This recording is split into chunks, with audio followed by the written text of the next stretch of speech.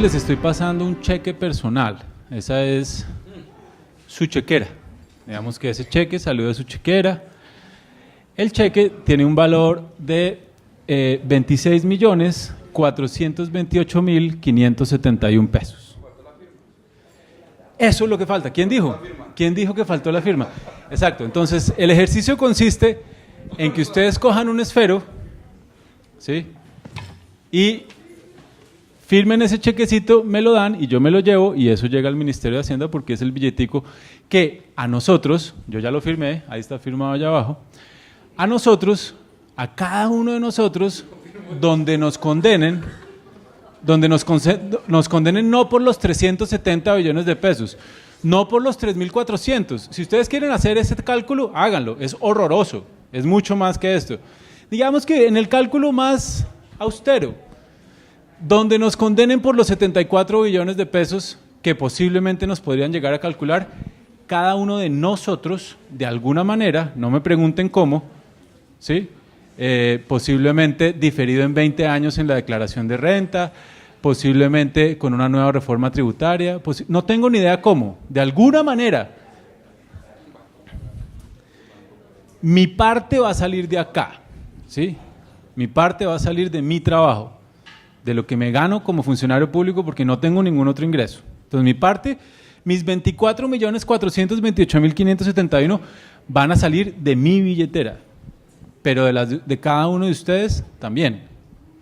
Entonces el asunto no es, allá el Estado pague, para eso está la Constitución, para eso está la ley, para que nos… Sí, perfecto, digamos que desde el punto de vista, si solamente yo me encierro en mi cápsula de abogado, o en mi cápsula de defensor del derecho, sí, es verdad, allá está la ley, que el Estado pague. Lo que pasa es que el Estado soy yo y cada uno de ustedes, ¿sí? Y fíjense que en este momento ya ni siquiera estamos hablando como colaboradores de la administración pública, sino como ciudadanos. Como ciudadanos, lo que nos va a pasar muy posiblemente es que en los próximos años nos toque pagar a cada uno 26 millones de pesos. Entonces, les voy a pedir que al final… Cuando ya nos estemos yendo, en la mesa de la salida me dejan el chequecito firmado, los datos endosados con todos los datos al respaldo para anticipar ese pago que posiblemente nos va a tocar hacer entre todos. Entonces es un problema que nos concierne a todos, a absolutamente todos, ¿sí? El análisis intelectual del asunto es delicioso, es maravilloso, es necesario. Si ustedes me preguntan, yo en este momento soy un estudiante, estudio filosofía, este tema me encanta, este tema podríamos ir hasta lo más profundo, ¿sí? Pero también pareciera resultar necesario que el problema no sea mirado solamente desde un punto de vista, sino sea mirado desde todos los puntos que demanda la gestión pública, no solo el derecho, la gestión pública. ¿Sí? Una cosa que para nosotros los abogados puede llegar a ser muy valiosa es considerarnos parte de la gestión pública, ¿sí? No como una isla la isla jurídica dentro de la gestión pública, sino como parte de la gestión pública. Y en otro ejercicio nos vamos a dar cuenta que nosotros los abogados tenemos la posibilidad precisamente y la necesidad de que los derechos se vuelvan verdad, no sentencias. Yo me imagino que ustedes han oído la frase de sentencias para enmarcar, ¿cierto? De verdad, sentencias para enmarcar, claro, yo también tengo una. Yo tengo un proceso ejecutivo a mi favor por una plata que me hace falta y me hará falta hasta que me muera porque me dolió que otra persona se la presté y nunca me la pagó. Y es para enmarcar, porque esa persona todo lo que tiene no lo tiene a su nombre. Entonces es una sentencia, pero exactamente lo mismo muchas veces pasa con lo que los abogados, con estos argumentos que damos digamos que finos en temas jurídicos, no nos damos cuenta que la realidad no es una sentencia. La realidad es que al niño le llegue la bienestarina. Esa es la realidad, ¿sí? Esa es la realidad. Que el puentecito quede hecho, que el edificio se termine de construir, y eso sí es materializar el derecho. Entonces vamos a hacer un pequeño ejercicio en el que también les pido que se repartan estas hojitas y les voy a pedir que escuchen las instrucciones. Esto es algo que realmente nos cuesta. Cuando han comprado una licuadora, cuéntenme cuántos, cuando cogen la caja de la licuadora, antes de conectarla o sacarla de la caja, cogen las instrucciones y se las leen. Por favor, alcen la mano. Exacto. Generalmente es el mínimo. Mi esposa dice que ella ya se lee las instrucciones después de haberme visto a mí leerse tantas instrucciones. Ella antes nunca se leía una instrucción. Digamos que yo entré ya en esa minoría de los que levantaron la mano. Generalmente los demás nos cuesta seguir instrucciones. Claro, si no le funciona, después de que se queme, ahí sí ya va y lee las instrucciones. Entonces, lo que yo le voy a pedir a alguien, ¿cómo es tu nombre? Diana Villamil. Bueno, Diana. Entonces yo le voy a pedir a Diana que yo voy a coger también una hojita y le voy a pedir a Diana que me dé las instrucciones de lo que yo tengo que hacer, ¿sí? Que me dé las instrucciones. Lo único que yo le voy a pedir a Diana es que me dé las instrucciones y yo lo voy a ir haciendo. Por ahora, ustedes no tienen que ir a hacer así. Y se está oyendo mucho celofán, se oye mucho celofán, entonces dejemos el celofán quietico, ¿sí?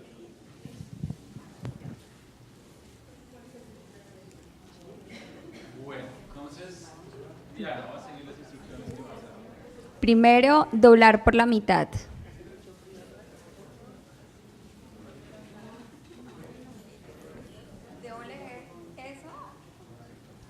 Debo leer tal cual está allá. Debo leer tal cual está allá. No, por eso, pero te pregunto que si debo leer las instrucciones como se señalan ahí. Ok. Segundo, doblar por la mitad nuevamente. Pliegue y abra.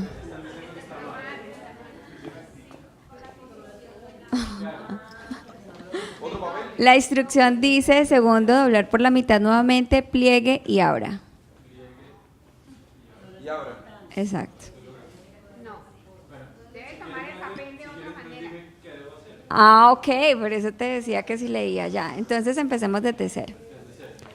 Debes, desde cero. Vas a coger la hoja. De nuevo. Muy bien. Ábrela. Ok. La vas a doblar en diagonal por la mitad. Bien. Ahora vas a doblar por la mitad conservando el triángulo que tienes en este momento. Vas a doblarlo por la mitad. Muy bien. Y nuevamente vas a abrir.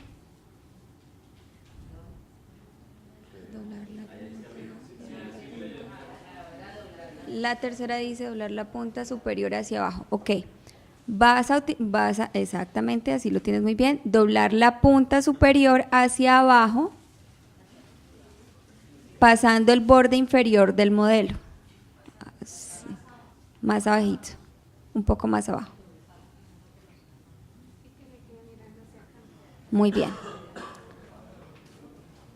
Ahora lo vas a doblar por la mitad, logrando obtener un trapecio, sí.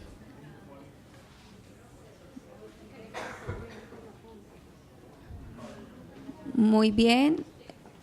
Vas bien. Ya vamos para la instrucción número 6, que es doblar hacia...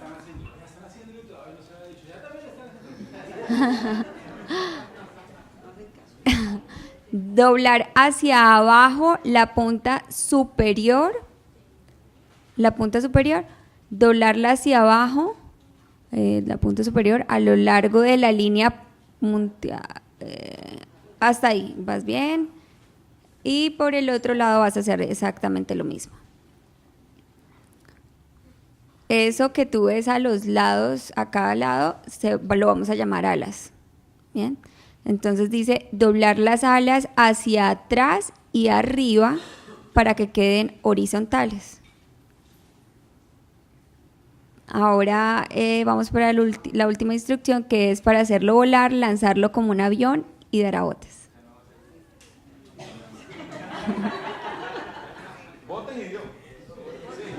Aplauso.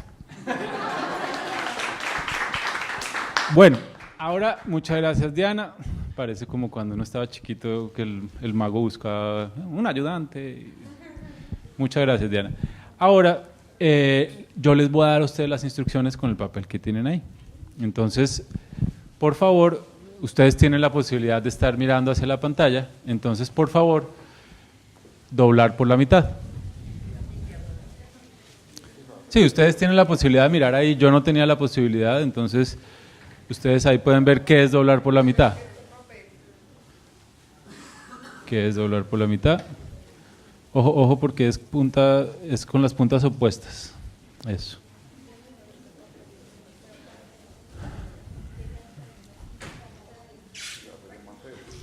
En triángulo, que quede en triángulo. Bueno, cuando ya tengan ese triángulo, doblar por la mitad nuevamente, pliegue y abra.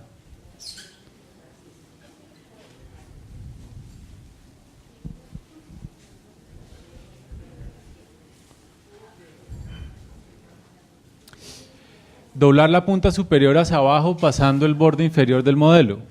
Vamos a tratar de hacerlo más rapidito porque me acabo de dar cuenta que quedan 30 minutos y falta un ejercicio más. Doblar todo el modelo por la mitad.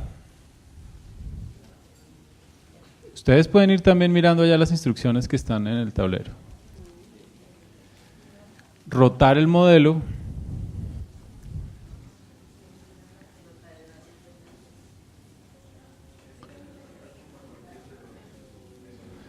Doblar hacia abajo la punta superior a lo largo de la línea punteada. Repetir el proceso por el otro lado.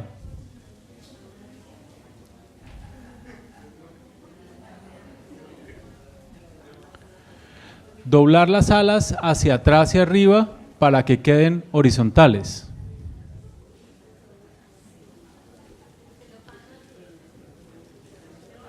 Espérense que allá alguien dijo algo que me parece llamativo.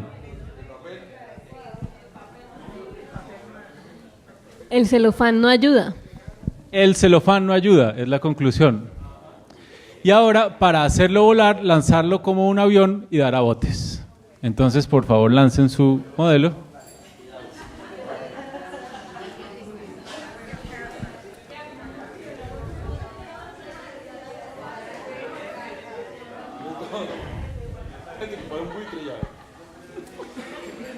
Miren,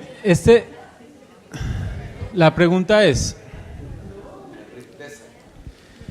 yo puedo tener una idea, yo puedo tener un concepto, le puedo meter un proceso y después hago unas instrucciones. De alguna manera nosotros los abogados, fíjense que, yo no sé, a mí en mi ejercicio profesional me ha tocado escribir resoluciones, decretos, incluso leyes, ¿sí? De alguna manera lo que hace eso es dar unas instrucciones, ¿no? Cómo tengo que actuar, cómo no tengo que actuar, a dónde tengo que acudir para pedir tal cosa o lo que sea. Una sentencia, sin lugar a dudas, pues es una instrucción que partió de una idea, se volvió un concepto, le metió proceso el juez y la volvió instrucción. La pregunta es cómo a través de esto, cómo lo vuelvo realidad. Tengo que tener recursos que sean idóneos y suficientes. Digamos que aquí, como yo les decía al comienzo, la idea es incorporar, digamos, lo que aprendimos ayer, es definitivamente el celofán no es el recurso idóneo ni suficiente, puede ser suficiente porque tengo la cantidad que necesito, pero definitivamente no es idóneo para hacer origami. A mí, con todo respeto, me quedó mucho mejor el de ustedes. Lo que pasa es que el mío sí era el recurso idóneo. Y de hecho ni siquiera es el recurso idóneo.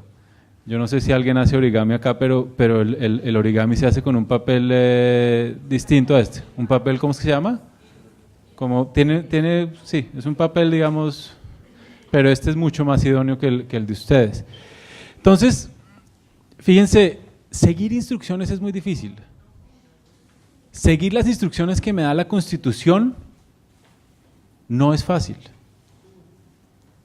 Y menos aún cuando los recursos son limitados. Muchas veces no son los idóneos ni los suficientes. Esa es una realidad de nosotros como gestores públicos.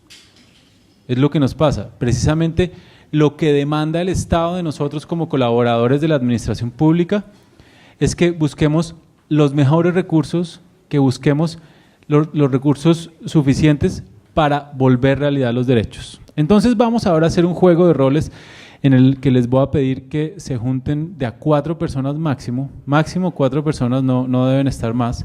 Entonces les pido que se miren ahí rápidamente y vamos a repartir unos cuenticos. Miren, los cuentos, les pido el favor, no los rayen porque son los cuentos que llevamos a todos los eventos. Entonces no los vayan a marcar, no los vayan a... Entonces repártelo porfa, que sean solo 4 personas. Si hay más de 4, que se organicen en otro lugar.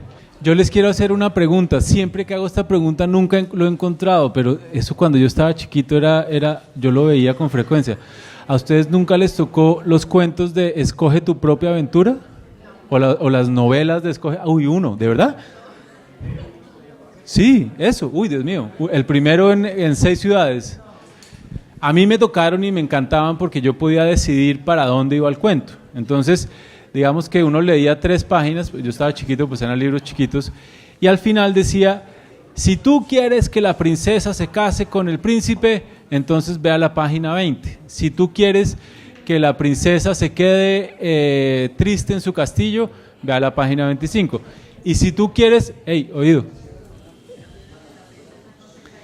Y si tú quieres que el príncipe muera en la guerra, ve a la página 40. Entonces uno se iba a la página que uno escogía y lo que tenía de bonito esos cuentos es que uno se los podía leer varias veces, pues ya llegaba un momento en que cuando se los leía muchas veces ya había pasado por todas las posibilidades, todos los escenarios, pero digamos las primeras veces que uno se lo leía era una novela distinta cada que uno se la leía. Este cuento tiene exactamente las mismas características y vamos a leer las instrucciones para que son 2 párrafos chiquiticos y son las únicas instrucciones. Este es un cuento donde usted es el protagonista y podrá escoger su propia aventura. Lea la primera página, escoja una aventura del recuadro y continúe de igual forma hasta llegar al fin. Esto lo que quiere decir es, por favor, no se vayan a ir página por página. Sigan literalmente lo que dice, no abran todavía hacia el otro lado. Cuando lleguen allá, al final va a haber las instrucciones que dice, si quiere tal cosa, vaya a tal página, tal página, tal página. Pero antes, por favor, les pido que miren el mapa, miren el modelo que hay, el dibujo, para que entiendan un poco el contexto. El contexto es que hay unos niños que viven en el municipio de El Telar. El municipio del Telar, parte del municipio del Telar es esa montaña donde está el Alto La Copa. ¿Sí? Todos estamos ubicados. Cerca del Alto La Copa hay una comunidad donde viven unos niños que tienen que bajar la montaña, caminar por ese valle o por esa planicie, subir la montaña y llegar al municipio de Jerusalén, donde está el Alto del Aguacate, lugar donde queda la escuela. ¿Ven el lápiz? Ese lapicito, ahí es la escuela. Estos niños se tienen que meter todos los días una caminada como de 1 hora y media para poder llegar hasta el Alto del Aguacate. Eso tampoco pasa en Colombia, ¿no? Eso no. Bueno, entonces, fíjense, es un caso hipotético. La preocupación es que esos niños deberían tener alguna forma de llegar más rápidamente o de una mejor manera al Alto del Aguacate, donde queda la escuela, desde el Alto de la Copa. Entonces, con esto, listo. Ese es el mapa y ahora sí les pido que por favor rápidamente, tenemos 25 minutos para terminar esto, entonces por ahí en unos 10 minutos que ustedes pasen por por toda la aventura que escogieron. Es necesario, eso sí, que antes de pasar a la página que vayan, todos estén de acuerdo a qué página van a ir, tengan una conversación, que es que aquí me dice que es que el príncipe no puede, yo no sé qué, entonces no, pero es que yo creo que el príncipe debe irse por este camino. Entonces tiene que haber una conversación para decir pasemos a la siguiente página. Entonces empecemos ahora mismo.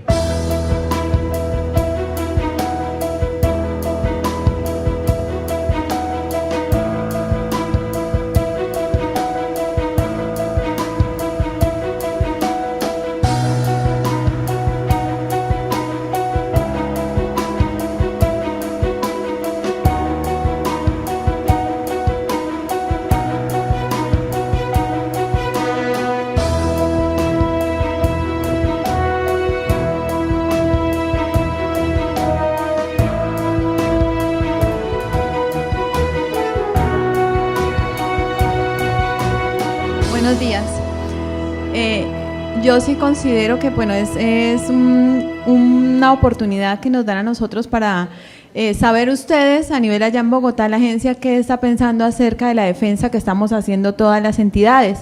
Y es una cosa que nosotros valoramos mucho y también sacamos nuestro tiempo, dejamos nuestros procesos de contestar o pedir un aplazamiento de una audiencia para asistir. No obstante, yo sí haría una sugerencia muy respetuosa. Y sería más bien, ayer muy interesante lo de las medidas cautelares, pero yo pensé que iba como más enfocado a que ustedes nos hicieran como una exposición. De pronto es muy difícil porque son muchas entidades y muchos temas, pero sí como que ustedes nos dijeran cómo es que están manejando esas posturas de defensa en Bogotá, o que nosotros hiciéramos más preguntas acerca de que en este tema nosotros estamos contestando así, estamos solicitando estas pruebas, estamos mal, estamos enfocados, estamos desenfocados, como algo más práctico para la defensa de nosotros. Entonces sería muy bueno que se llevara como esa inquietud a Bogotá para que en futuras ocasiones realmente se haga algo muchísimo más práctico y que nos aporte a nosotros en cuanto a la defensa. Por ejemplo, ahorita yo creo que todas las entidades estamos saturadas con los procesos ejecutivos, Sí. procesos ejecutivos que nosotros realmente no sabemos a veces ni cómo contestar, porque precisamente ayer hablábamos de la tardanza en el pago, en una parte de esto. Entonces nosotros realmente no sabemos cómo contestar ya una situación de esas.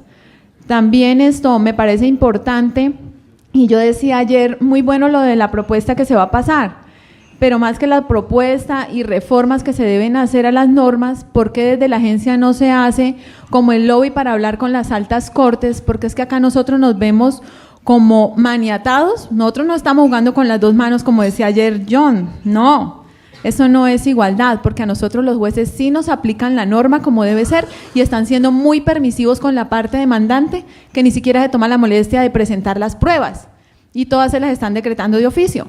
Pero si nosotros, por X circunstancia, la entidad no nos alcanzó a llegar las pruebas, sí nos abren los incidentes, los están enviando a la Procuraduría y son situaciones que nosotros como abogados estamos teniendo que lidiar.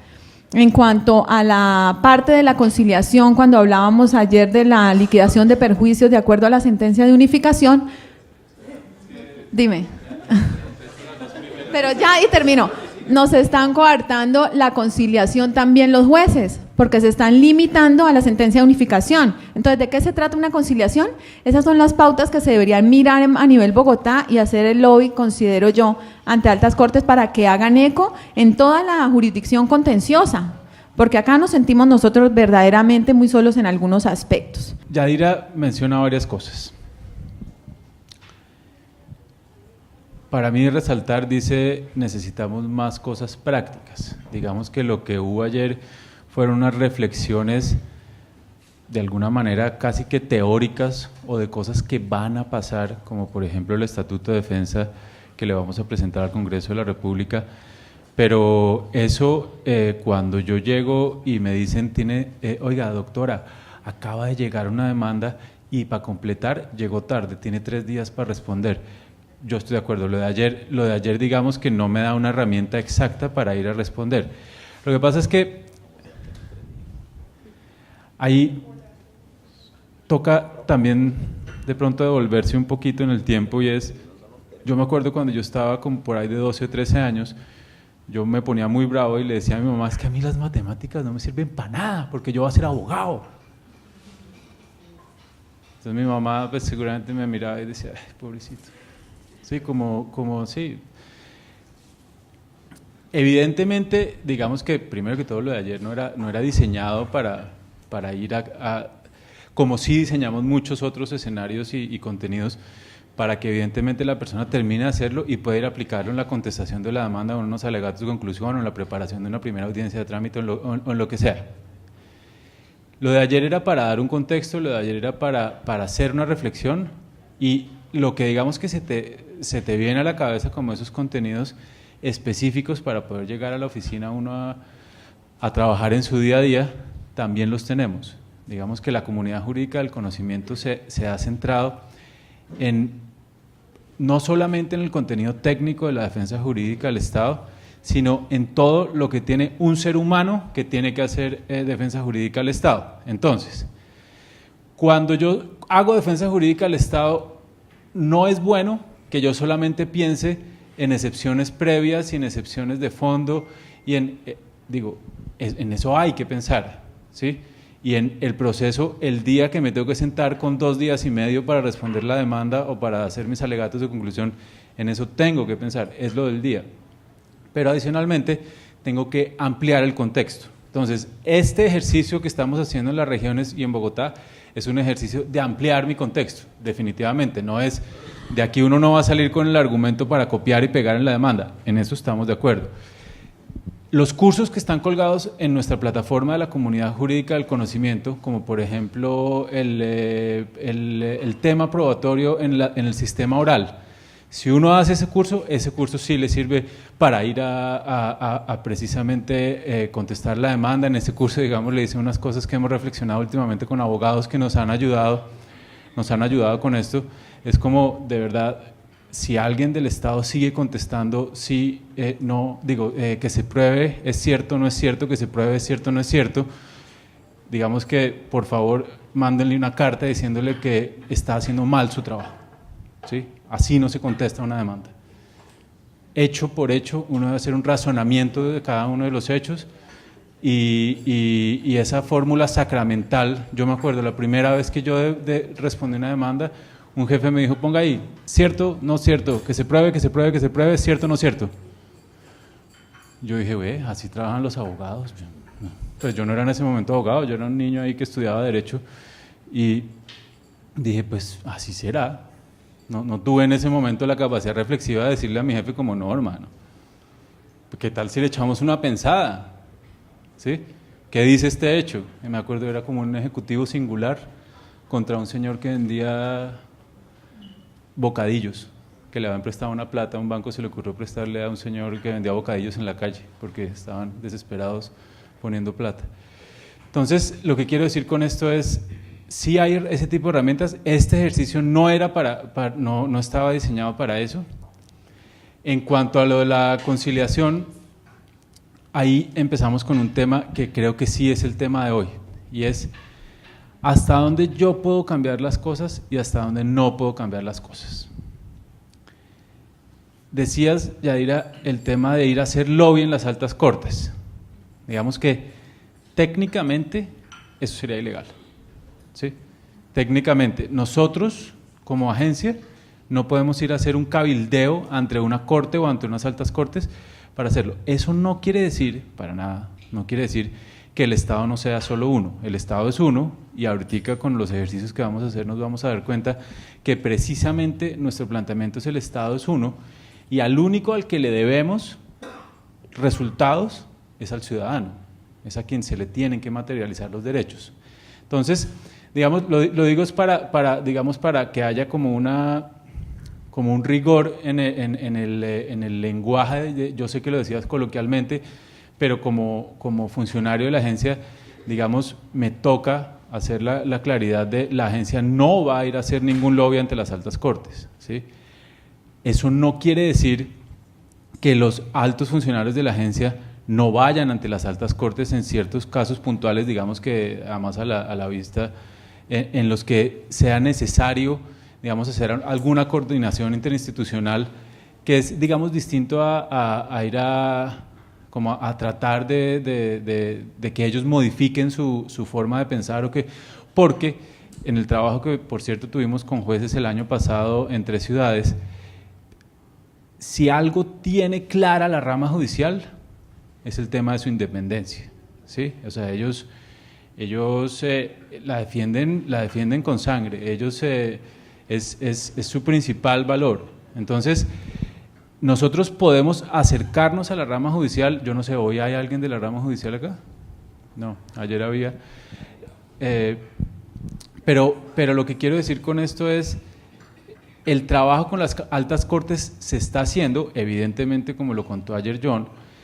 Este proyecto de ley ya se le entregó a la rama, ya se le entregó en especial a Germán Bula Escobar, el presidente del Consejo de Estado, y ellos lo están revisando. Pero esto, digamos que es una cosa en la que el gobierno tiene que ser absolutamente respetuoso y cuidadoso, porque yo no sé si ustedes compartan este pensamiento. Digamos, en esto que estoy diciendo se está jugando la división de poderes, ¿sí? Ellos tienen, esa independencia que con tanto ahínco defiende la rama es necesaria y es valiosa.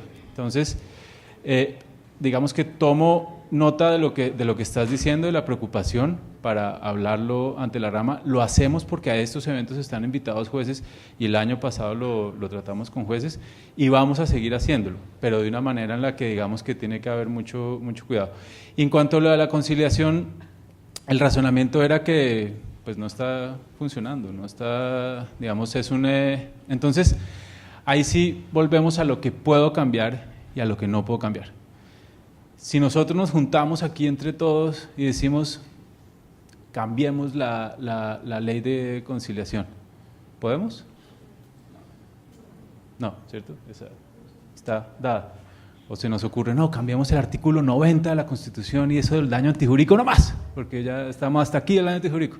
¿Podemos? No. Podemos tener opiniones sobre la ley. Por ejemplo, yo tengo una opinión sobre el artículo 16 de esa ley de conciliación. 16, se me olvidó, pero el que pone las funciones del Comité de Conciliación. Creo que hay como una que tiene que ver con conciliación, que es el comité tendrá que decir si se concilia o no se concilia. Las otras 8 no tienen nada que ver con conciliación. Las otras 8 son hacer la política de prevención del daño antijurídico, determinar los criterios para seleccionar abogados, hacer esto y lo otro. Entonces, digamos que el comité de conciliación en realidad no es un comité de conciliación, es un comité de defensa jurídica del Estado. Estamos precisamente en esos nuevos proyectos tratando de que sea un comité de defensa jurídica del Estado, pero lo que sí puedo hacer como apoderado en un proceso en el que yo creo que se debe conciliar es jugármela por ello. Entonces, digamos que hay un caso, en las entidades usualmente tenemos casos cliché, ¿no? O sea, como si trabajo en Cremil, siempre me van a llegar solicitudes de retiro. Cremil es la caja de retiros de las fuerzas militares. Pues imagínense, digamos que la cantidad de casos cliché que tienen allá sobre, hay un tema de liquidación con el IPC y esto, son, pues si uno mira la demanda debe ser como se cambia el nombre, se cambia la cédula, se cambia la fecha de nacimiento, las semanas y hágale, son casos cliché. Si yo como abogado tengo el convencimiento moral, profesional, intelectual, de que eso se debe conciliar, y el comité de conciliación me ha dicho 12 veces que no, y llega el 13º, yo como abogado no debería hacer nada distinto a volver a ese comité de conciliación y volverlo a decir en el mejor de los tonos, sin ponerme de héroe, sencillamente en el mejor de los tonos. El comité de conciliación tiene que saber, ese caso se tiene que conciliar. ¿Por qué? Porque nos vamos a echar 7 años o no sé cuánto se está demorando un caso en promedio para segunda, hasta segunda. 6, 7, es por esos lados. Bueno, pero fíjense que a diferencia de hace unos años, ya no son 13, ya no son 18, ya no son 20. Bueno, sí, cuando va para... Pero antes solo sin Consejo de Estado podían ser 20, hace muchos años. Digamos que en las reflexiones que hacíamos en Pereira la semana pasada, el economista invitado, que en este caso era Juan Mauricio Ramírez, que fue subdirector de Planeación Nacional, nos decía, ojo con la fracasomanía. ojo con la fracasomanía, que de hecho fue un libro que sacó el actual ministro de Salud, Alejandro Gaviria, y no todo es malo, hay cosas que han mejorado. Mejor dicho, no se trata de hacer una fiesta porque un proceso en este momento dura 6-7 años, pero ya no dura 20, ya no dura 16, ya no dura 14, ¿sí? Eso no es para hacer una fiesta, pero si se sigue la tendencia posiblemente sea más cortico. Pero entonces, nuevamente les digo, ¿por qué yo como abogado debo ir allá? Entonces, pues porque es que ahí no hay, uno incluso le puede explicar al Comité de Conciliación, ahí ni siquiera hay un problema jurídico. La ley nueva dijo que había que hacer esto, entonces se le aplica el IPC, ningún juez de la República ha fallado distinto, todos los procesos los hemos perdido y tenemos que conciliar. No, que no hay plata para conciliar. Digamos que, claro, ahí eso es lo que va a decir el financiero de la entidad. Me imagino que es lo que les pasa, que sería un poco o puede decir o puede no decir eso, depende del financiero que uno tenga y depende de la plata que uno tenga. ¿Sí? Claro, exacto, de acuerdo, ese es el otro punto. Sí, ese digamos que ya es el paso posterior. Primero, uno como apoderado tiene que hacer su mejor esfuerzo porque el Comité de Conciliación de uno diga que sí, cosa que no sé si les pasa, salvo de verdad, estaba poniendo el caso más fácil porque generalmente en esos casos de IPC y pensiones, hay políticas que ya están hechas, pero hay casos en los que uno también tiene el convencimiento como abogado que se debe conciliar y tiene que seguirlo haciendo. Pero cuando llego, y no solamente al juez, incluso a veces antes tengo que pasar por la Procuraduría cuando es el prejudicial, el requisito de procedibilidad, y el mismo procurador, por decirlo de manera coloquial, se tira a la conciliación. O sea, eso digamos también nos pasa a veces, en unos casos, digamos, obviamente como lo deben hacer, digamos, ellos obviamente tienen que cuidar que la conciliación sea legal, pero también ante el procurador a veces tengo que tener esta discusión, y ni se diga ante el juez, claro, y sin la posibilidad de poder recurrir a esto. Digamos que todo eso, esa norma no la puedo cambiar. ¿Qué puedo hacer yo? Hacer mi mejor esfuerzo con el juez, mi mejor esfuerzo con poner los mejores argumentos para que esa conciliación quede lo mejor hecho, que el acta de conciliación, porque en el acta de conciliación yo sí tengo todo que ver, si yo soy el apoderado del proceso, yo tengo todo que ver en el acta de conciliación. Si en el acta de conciliación quedan los argumentos jurídicos, no solamente el acuerdo, quedan completos los argumentos jurídicos, fíjense que si yo quiero convencer al juez para que no me vaya a improbar la conciliación, yo como abogado puedo influir para que en esa acta de conciliación queden los suficientes argumentos jurídicos para que el juez apruebe el acta. Si ya no me la aprueban, digamos que lo que tengo que quedar yo con la tranquilidad es yo hice todo lo que yo tenía que hacer como abogado y como ciudadano, que es una de las partes que ahorita vamos a trabajar, no solo como abogado, es como ciudadano de ese estado que es el mío. Claro, como abogado, además estoy contratado para hacerlo, pero como ciudadano de ese estado, que es mi estado, ¿cómo yo voy a lograr que el juez me apruebe la conciliación? Estoy de acuerdo, son muchas veces problemas estructurales de nuestro ejercicio como abogados, en donde digamos que podemos hacer lo mejor que podamos, digamos, lo único que sí no podemos hacer, entre nosotros al menos, es cambiar esa ley o cambiar ese decreto. Bueno, ¿alguien quiere seguirnos contando qué pasó ayer? Buenos días, Magda Peña, soy la jefe jurídica de la Alcaldía de Piedecuesta. Yo agradezco a la Agencia Nacional del Estado este espacio para los entes territoriales porque, digamos, encontramos a nivel territorial una ausencia de, digamos, mecanismos de asesoría como estos. Nosotros no podemos ni siquiera como municipio acceder a la plataforma que tiene la agencia, a todo ese conocimiento jurídico, digamos que como tal, a asesorarnos no pueden hacerlo porque dentro de las funciones de la agencia no las tienen previstas, ¿sí? Entonces, para nosotros este escenario pues es muy llamativo para poder manifestar y poderles contar, por ejemplo, que pues digamos que el tipo de acciones populares de lo que veíamos ayer, que se va a modificar en el estatuto de la Agencia Nacional, pues que se va a crear este proyecto, tengan espacios para escucharnos y decirles, por ejemplo, las acciones populares no se cuantifican y decían, no se ven reflejadas con una cuantía, pero en muchas ocasiones estas acciones populares son las que le cuestan a los municipios el mayor presupuesto, son decisiones en las cuales los jueces pues lastimosamente no ven que estamos sujetos a un plan de gobierno, a que para poder sacar adelante esos proyectos se requiere la inversión en muchos casos de recursos nacionales. Entonces son acciones populares a las cuales nos vemos en constante requerimiento de desacato, pero no es porque se quiera, sino porque los municipios no cuentan con las arcas para poderlos cumplir. Entonces, todos estos aportes que uno pueda realizar en este intercambio y que sean pues que no sean escuchados y sean llegadas al gobierno para que sean tenidas en cuenta, es fabuloso. Entonces, pues esos son entre tantos los temas. No sé, Camilo, si vaya a haber como una parte donde podamos expresar o manifestar todas esas sugerencias. Entonces, muchas gracias, Magda. Sí, mejor dicho, este es el espacio precisamente para que entre todos empecemos a expresar todo lo que, insisto, ayer nos generó el ejercicio, ¿sí?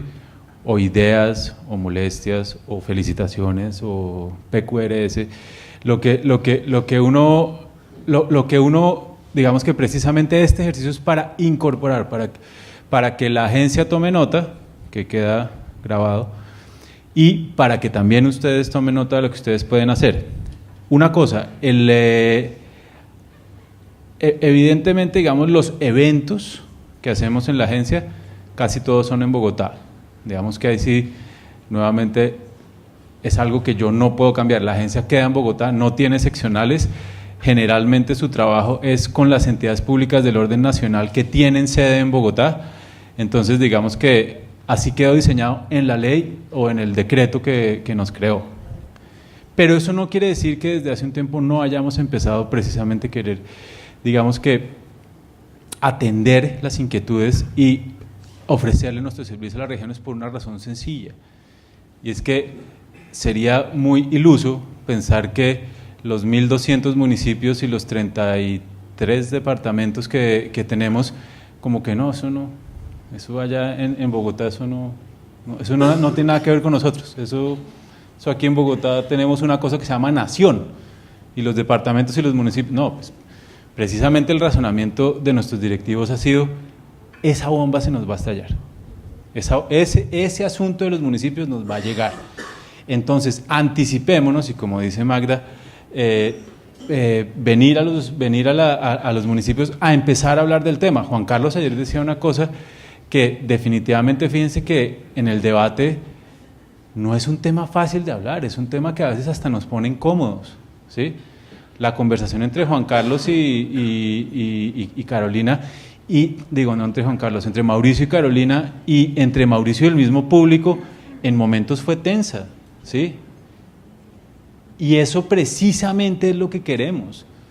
Digamos que queremos traer a la mesa unos temas que usualmente, yo no sé si les pasa en sus familias, pero en algunas familias por allá, en algunas partes del mundo, pasa que hay temas que, no hablen de eso, dejen eso así calladito, no, ahí viene su papá, cállese. ¿Sí? Eso nos pasa con temas como lo que estábamos hablando ayer.